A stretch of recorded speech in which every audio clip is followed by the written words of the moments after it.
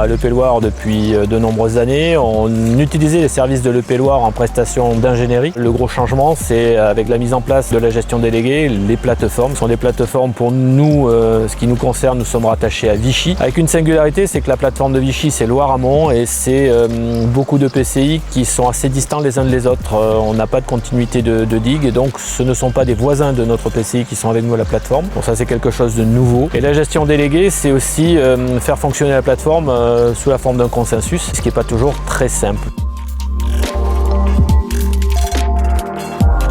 Il y a deux grands enjeux à Digoin, donc c'est reprendre la gestion des ouvrages et assurer la régularisation. Donc reprendre la gestion des ouvrages domaniaux et non domaniaux qui n'avaient pas le même mode de gestion jusqu'à présent, en collaboration avec les 8 EPCI de la plateforme, et assurer donc la régularisation des 14 systèmes d'endiguement. À ce jour, 7 systèmes sont régularisés et donc cette régularisation permet de faire exister le système aux yeux des autorités en précisant le niveau de protection. Donc au total, aujourd'hui, ça représente 35 km pour la plateforme de Vichy, répartis sur 3 bassins versants, la Loire, l'Allier et le Cher.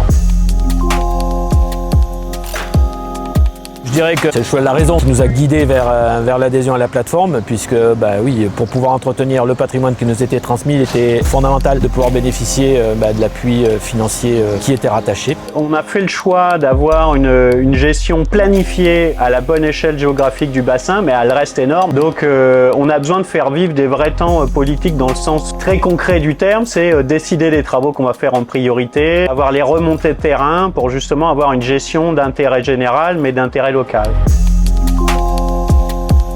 Cette digue à Digoin, elle est composée de 3 tronçons. Un tronçon amont, donc constitué de la route départementale qui passe sur le pont et qui longe la digue dans Mondo et sur le côté là. Et donc un tronçon médian en bord de Loire qui est domanial et un tronçon aval constitué d'un remblai en terre dans le domaine privé. Elle est conçue pour protéger des crues de la Loire. Le niveau de protection choisi par le PCI sur la base de l'étude de Nanger est une Q70.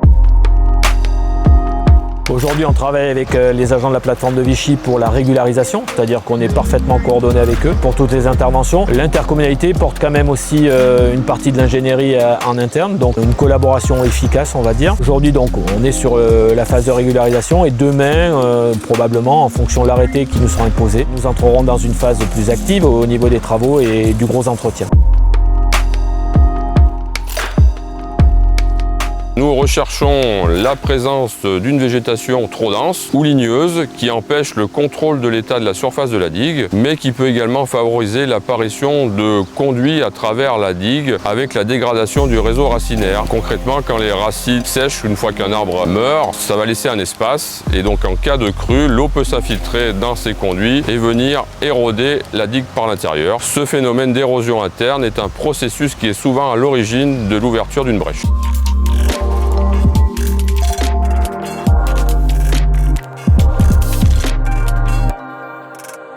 Le rapport de VTA propose des actions à mener pour améliorer la sécurité de l'ouvrage qui vont de la surveillance à la réalisation de travaux en passant par l'entretien courant.